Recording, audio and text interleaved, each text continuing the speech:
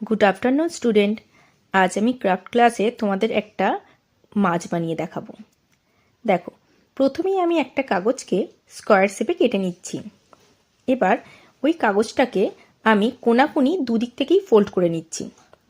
কোনাকুনি দুদিক থেকে ফোল্ড করা হয়ে গেলে আমি আড়াআড়িভাবে কাগজটিকে আরেকবার ফোল্ড করছি। দেখো, ফোল্ড করার পর আমি কাগজটাকে ঠিক এইভাবে ভাঁজ করে নেব। তৈরি হয়ে গেল মাছের বডি। এবার আমি লেজ করার জন্য ত্রিভুজের একটা অংশ আবার ফোল্ড করে নেব।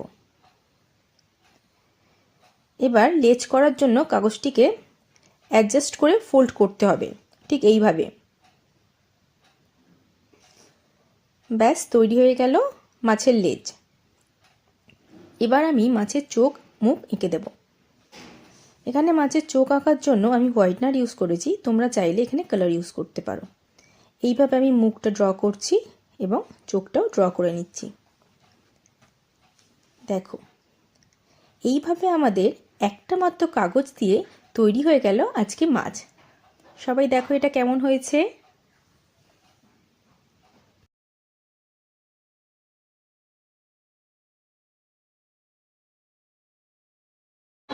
এটা কি তৈরি করেছি?